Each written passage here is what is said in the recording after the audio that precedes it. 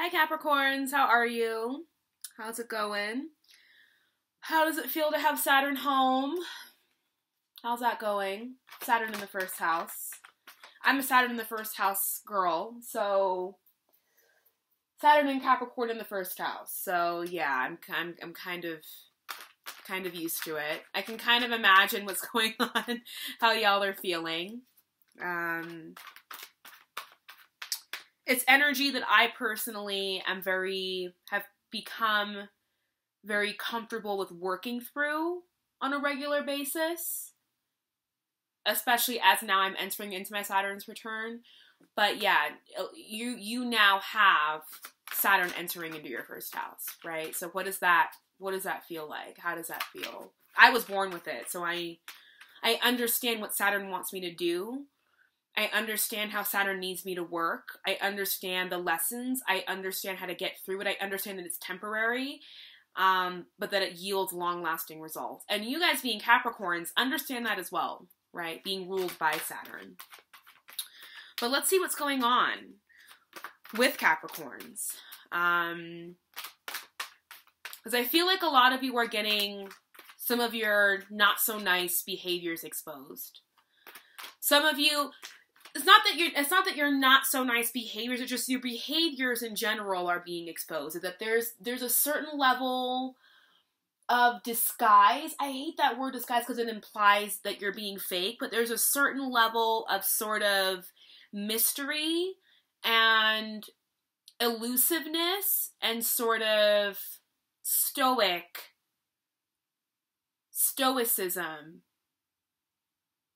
Is that a word? Stoicism. I'm not a Gemini. Stoicism that you all kind of can project and exude, to where it's not so much that you're hiding who you really are, but that there's a certain kind of layer, like a cast iron kind of layer over, right? And that as people get to know you, that layer is lifted and what's underneath is really revealed. And what normally is revealed is somebody who's very kind of anxious, maybe even a little bit needy, very anxious, a little insecure, a tad bit needy, right? It depends though. And someone who is not as sure of themselves as they've projected as being, I'll say. So I feel like with Saturn kind of being now in Capricorn, being in your first house, you're having to look at that sort of cast iron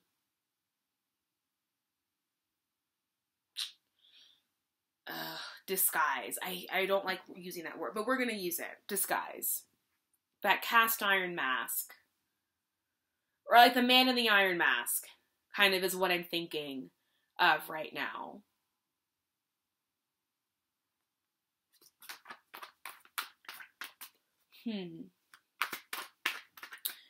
For those of you who haven't seen, I haven't seen the movie in a while, but The Man in the Iron Mask, right? Leonardo DiCaprio, who's one of my favorites. That I guess they're twins, and one of the twins has been held captive in a tower, like in 16th, 15th century France, right? And he's been held prisoner in a tower, and he's literally had this iron mask over him for God knows how long. And then the twins end up getting like replaced. Like the other twin is like a prince in a tower somewhere, a prince in a castle somewhere, and then they end up switching out and being replaced. And like the twin A, who's been wearing the iron mask for years, is stuck in this mask, but is actually really the kindest, most humble, most gentle human being. Meanwhile, his twin brother, who's lived a life of luxury and freedom, is a total asshole. And so I want to say the Three Musketeers, but it's kind of like a trio like that then end up taking the prince, taking him to the tower and switching out to kind of keep the prince from making some sort of political move that would destroy France or whatever. I haven't seen the movie in a while. I would suggest checking it out. I loved it when I was a kid. But then the man that's in the iron mask is actually this really sweet and very humble and gentle human being, but he's had this iron mask on for years, I think. He's been in prison for years. and he's had this mask on, which appears very scary, and it appears very kind of standoffish, right? And it appears very harsh and unapproachable and savage almost, kind of. But when you remove that mask, it's like sweet, handsome, soft-skinned Leonardo DiCaprio with long hair. I guess we know who my celebrity crushes are. But I guess I'm bringing that up to say that I feel that a lot of you are beginning to remove, like a lot of you, whether you like it or not, that iron mask is being removed. Something about your external demeanor, your external costume, your external uniform is being removed with Saturn being in your first house. And it's revealing actually a very sensitive Nine of Cups, first card out. It's revealing a sort of sensitive, internal, almost kind of innocent, naive kind of interior. And for some of you, it's revealing exteriors that aren't that nice. It's revealing exteriors that are leaning more towards the end of being, you know, kind of using other people and manipulating other people. But we'll see. But Nine of Cups, first card out. So I do feel that a lot of you are setting really strong and positive intentions for the new year, and that you're standing firm in what it is that you want to see happen. You're like, this is what I'm going to have happen. This is what's going to happen. It's here and it's mine, right? Especially after, you know, we're still experiencing Pluto in your first house, but still also feeling like I have dreams, I have things that I'm trying to accomplish. So there's a lot of new intention setting that's happening with a lot of you too. So let's see what else is coming up for Capricorns for January 2018. Happy birthday, by the way. And sorry your reading is late. I could give a million excuses, but it's just late. That's all I can say. So happy birthday, Capricorn. Some of my closest friends are Capricorns, and we celebrated some really fun birthdays. And I just met 2 new Capricorns that I'm already, like, in love with. Capricorn, Sag, Cuspies. Love it. I love cusp signs. I'm a cusp sign. Aquarius, Pisces, if anybody cared. Okay, let's see what else is coming up for Capricorn. Nothing else is really wanting to pop out. Things are, like, popping out, but also not really, like, wanting to. Capricorn 2017. January 2018.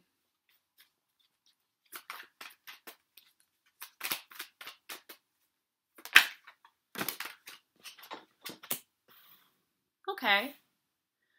So Pluto's done some reorganizing. Pluto's done some reorganizing for you guys. Here's the Tower. So Pluto, and by the way, the deck that I use, for those of you who are new, is called the Ghetto Tarot. It's a photographic reinterpretation of the Rider-Waite, and it was made in Haiti, and it's all Haitian actors, all Haitian artists, all the props were made by Haitians. I love it. I'm going to keep using it. But anyway, we have the Tower. We have the Tower here, and this to me is Pluto still hanging around in your first house.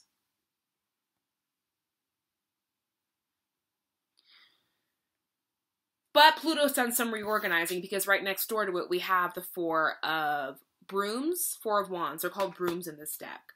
But I definitely feel that a lot of you have had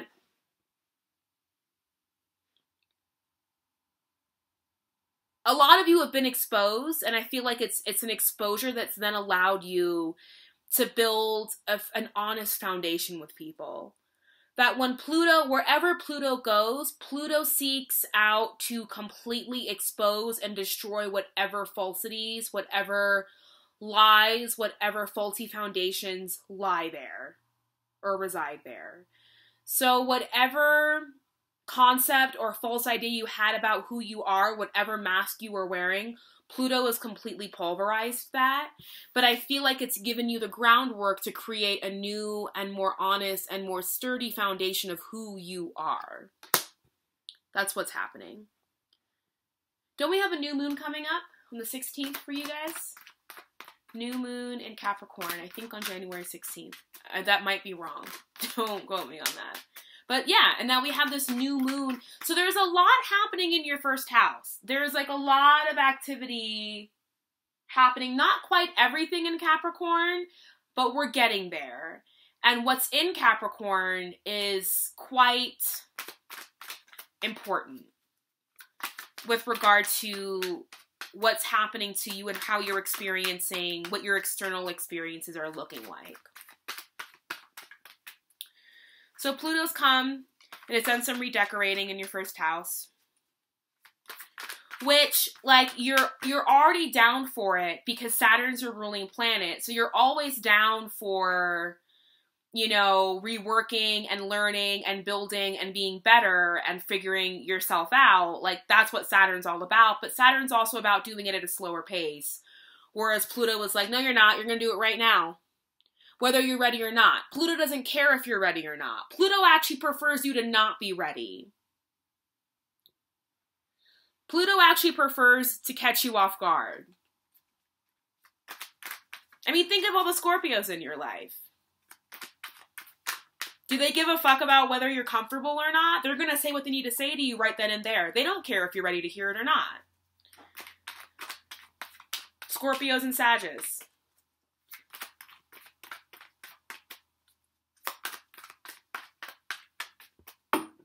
I should know this. I grew up around Scorpio moons. Everybody's moon was in Scorpio in my house. I was the only Cancer moon. Jeez. Ace of Brooms. I wish you could see the... There we go. Ace of Brooms. So that you can know that it really is... They are called brooms. Ace of Brooms, Ace of Wands. So yeah. So there's this reorganizing.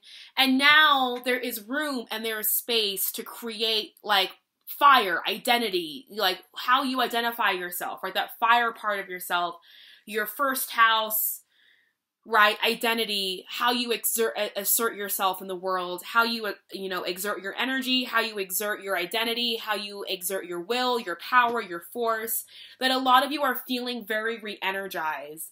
That there are those of you out there who are really listening to what Pluto was like trying to really pimp out your first house. Some of you are listening. Some of you probably aren't. I know that because Pluto can be a very tough energy to work with.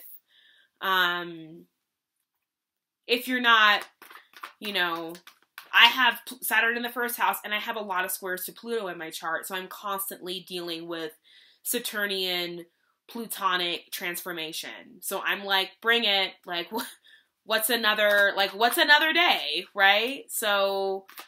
And you all, you know, being Capricorns and being ruled by Saturn, again, like I said before, are also familiar with that energy of transformation and pruning, but more so on a slower basis. Whereas this is occurring for you at a kind of a more faster pace, which is not comfortable, but nonetheless, you're like, all right, whatever. You're also a cardinal sign, so you can roll with it. You can roll with the punches. So let's see what else is coming up for Capricorns.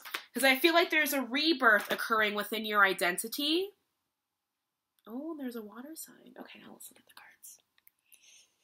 So now here we have the Queen of Cups, right? And so I do feel that a lot of you have your sights set on accomplishing a relationship goal. Because you guys see things as goals, right? You guys see things as goals. And I don't mean that you prioritize or see people just simply as goals, but you're just like, I see this person here. They're amazing. I like them a lot. Forming a relationship with this person is a goal. Like, you see things as like tasks that must get done. So there is a Queen of Cups. Very beautiful, beautiful woman from what I'm gathering. She is very emotionally attuned, right? Queen of Cups, a Cancer, Scorpio, or a Pisces, a potential water sign, or somebody who's very watery in the sense that they have emotional depth. They are emotionally connected. They are emotionally available. And I do feel that you're sort of viewing this person as a goal, as a hope and a dream and a wish that you really want. One of the many things, one of these many cups that you want to accomplish. So let's see what kind of follows this person. What else is going on for Capricorn for January 2018?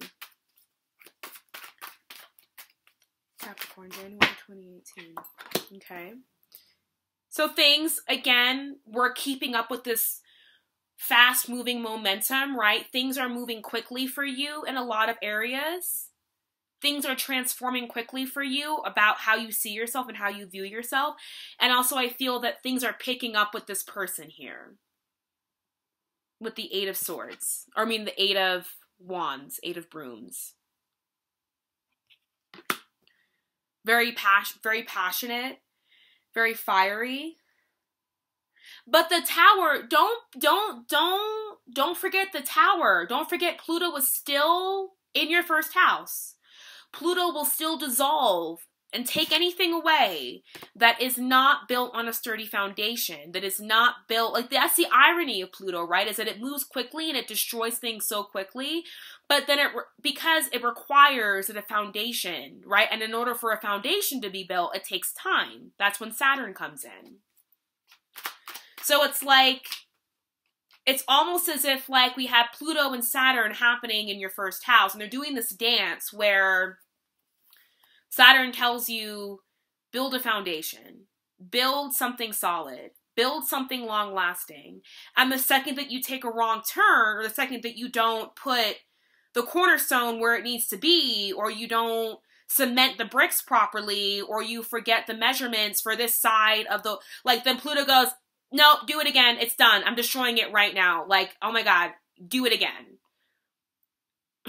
And Saturn is like, well, you know, I was going to let you kind of learn your lesson, learn your own lesson the hard way, but Pluto over here just completely destroyed it. So now you got to do it again, right? So it's like, it's almost like Pluto was kind of working as a safeguard for immediately destroying and collapsing any structures or ideas or foundations that are already faulty from the get-go. Whereas Saturn will let you build that shit, and then 5 years from now, you'll look back and be like, whoa, I totally fucked up 5 years ago when I made that move. And Saturn's like, yeah, do it again 5 years later. So be very mindful, right, about how fast and then how slowly, right? Like, be mindful that the things that you may want to rush may need to be taken a bit more, like, be very, very discerning with whatever work, right, you put forth right now. Ooh, that flew all the way across the room. Excuse me.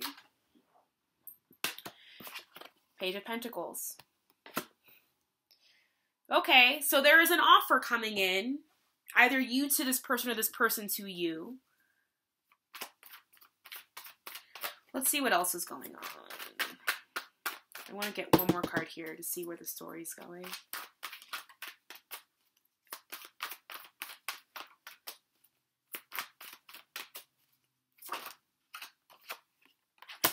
Good. Good. I'm liking it. I'm liking it.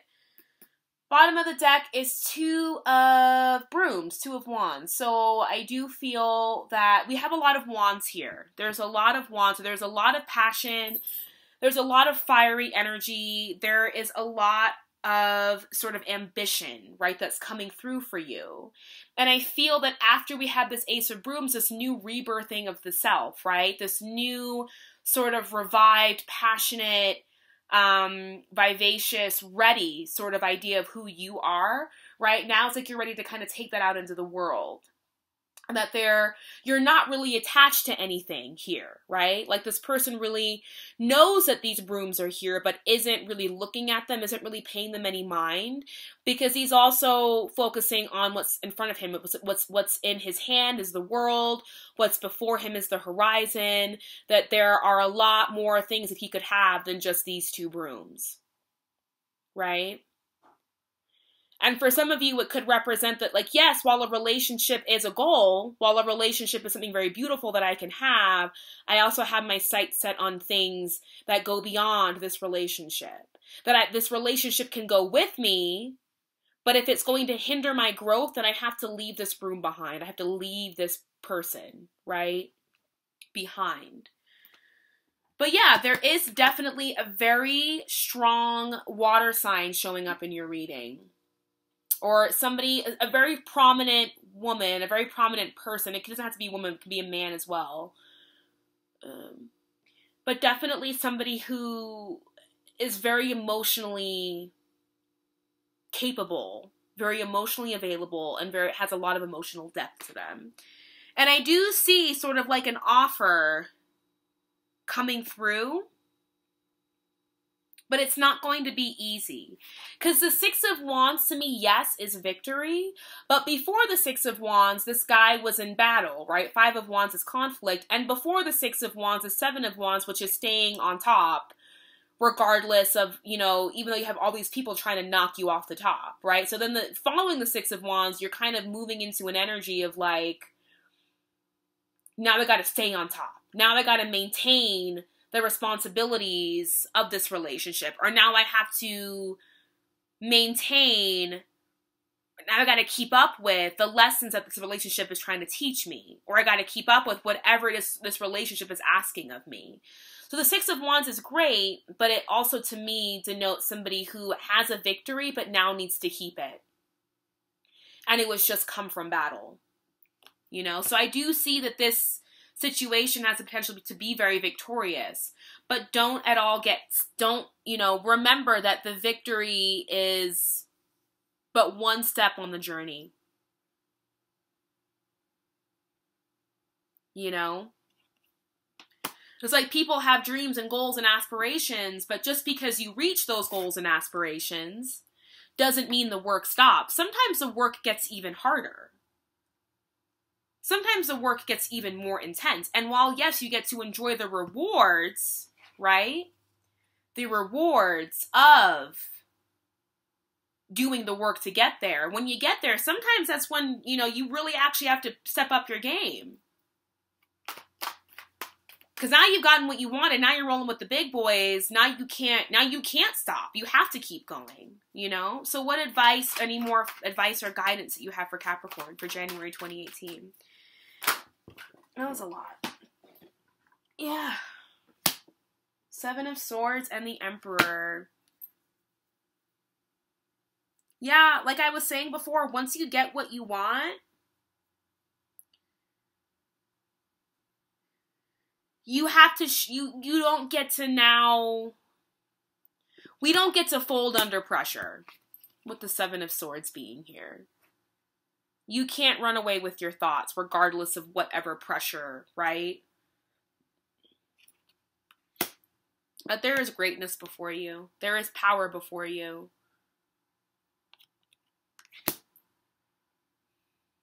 If you're dealing with an Aries, be mindful of the integrity levels of this Aries, right? They're not really showing up in the most integrous way, right? Next to the Seven of Swords.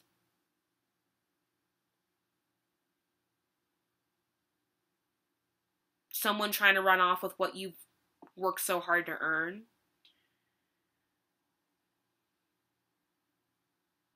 You know, and the other thing about this that I'm reading is that no shortcuts. No shortcuts. No taking any shortcuts to getting or achieving any of these goals, right? We have relationship, business, money, career. We have all kinds of goals, right, that we want to accomplish this year, and intention setting.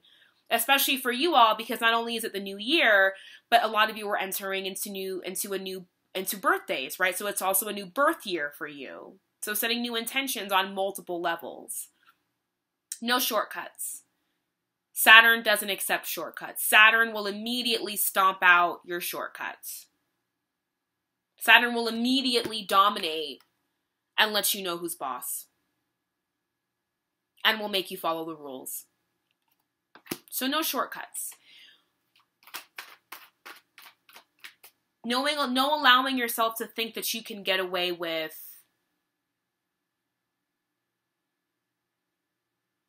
doing half-stepping. No half-stepping. No half-stepping. Especially regarding this relationship, no half-stepping. This is not someone you can half-step to. She won't accept it. They won't accept it. He won't accept it. They're not going to accept it. They're not going to accept the half-stepping. And if you feel like this represents you and you're watching this reading and you're a Capricorn, don't accept any half-stepping. Stomp that shit out. What outcome do we have for Capricorn for January 2018? Outcome for Capricorn for January 2018.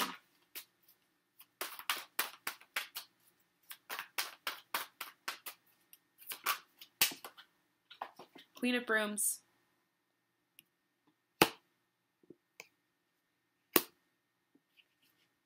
I feel that a lot of you are going to be coming, with all the brooms that are happening in this reading, I feel that a lot of you are going to be coming into great reserves and resources of power. Internally. Like this ignite, this ignition of this Ace of Wands, Ace of Brooms happening is only the beginning. And that I feel that a lot of you are stepping into your power. That a lot of you won't be half-stepping, that you'll actually be showing up in your power. And I feel that for a lot of you, the Queen of Wands, Queen of Brooms energy is really going to become energy that you feel comfortable with. And that is essentially, with Saturn being in the first house, what the goal is, right? Saturn is there to really help you to understand your own personal power, to not be afraid of failure,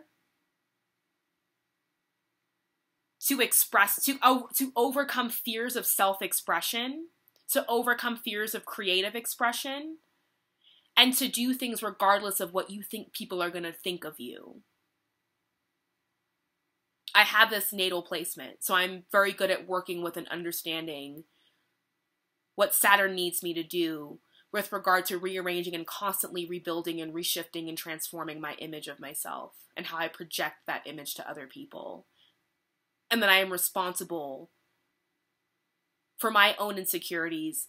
I alone am responsible for my own insecurities. Me alone. Nobody else is. Maybe my parents, maybe, my dad has something to do with it in the past, but I'm responsible for allowing it to run my life today. Right? And so Saturn is asking you to really look at any form of insecurity, any form of self-doubt that you might have, any fears that you have regarding your image and how you express yourself, and that it's actually no longer, it's only your responsibility to address those fears. We can't blame anybody else anymore. You can't blame childhood. You can't blame being bullied. It's on you for still allowing it to run your life. But that once we learn how to overcome those fears, there are great victories in store for us. Great victories in store for us. It's like a Mars and Capricorn kind of situation, right? So I feel that this energy, this could also be a fire sign coming in and her being really helpful, this person being really helpful, but I'm really reading this as your energy coming up as the Queen of Brooms. Fire energy, self-expression, exuberance, all of the above. All right, Capricorns. Ooh, that was your reading for January 2018. And I hope you all have great and fantastic birthdays, and I will see you all in February. And I want to do some kind of New Year's astrology reading special. So I'm going to try and get that together and then maybe do a video announcement so that those of you who want a yearly overview, and you can email me too if you want this, email me and let me know. Like a sort of a more affordable yearly overview, either astrologically or through a tarot reading that you can have and keep, and just something for you to kind of look back on throughout the year to help you maybe get through those rough moments, right? So I love you guys, and I will see you in February. Happy birthday. Bye.